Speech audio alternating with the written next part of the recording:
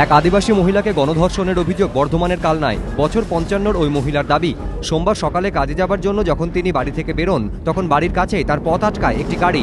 3 যুবক তাকে জোর করে গাড়িতে তোলেন বলে দাবি ওই মহিলার অভিযোগ, কিছুদূর যাওয়ার পর একটি ধান খেতে নিয়ে গিয়ে তাকে ধর্ষণ করেন ওই 3 জন।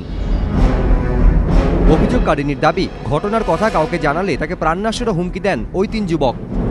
দুপুরে কালনা থানায় গণধর্ষণের অভিযোগ দায়ের করেন মহিলা। তার ভিত্তিতে অভিযোগকারিনীর গ্রাম থেকে এক যুবককে গ্রেফতার করে পুলিশ। ধৃতের নাম সঞ্জিত টুডু। অভিযোগকারিনীর ছেলের দাবি, তৃণমূল নেতাকর্মীদের সঙ্গে হামেশাই ঘুরতে দেখা যায় অভিযুক্তদের। হাতে পিস্তল ছিল, ওই যে চাঁচালে গুলি করে মেরে দেবো এসব ভয় দেখিয়ে সে বিচ্ছিরি কাণ্ড ঘটিয়েছে আর কি। তৃণমূলের বেশি সংগঠন ওদের সঙ্গে ঘোরাফেরা করে মিশে আর কি।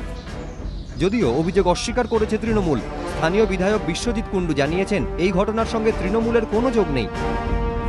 অন্যদিকে পুলিশ সূত্রে খবর, কালনা মহকুমা হাসপাতালে মহিলার মেডিকেল টেস্টে গণধর্ষণের প্রমাণ মিলেছে। খোঁজ চলছে বাকি 2 অভিযুক্তের।